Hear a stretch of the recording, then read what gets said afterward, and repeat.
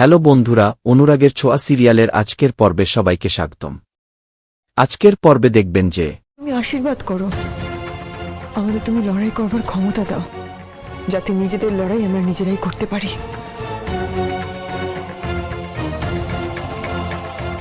চলো বা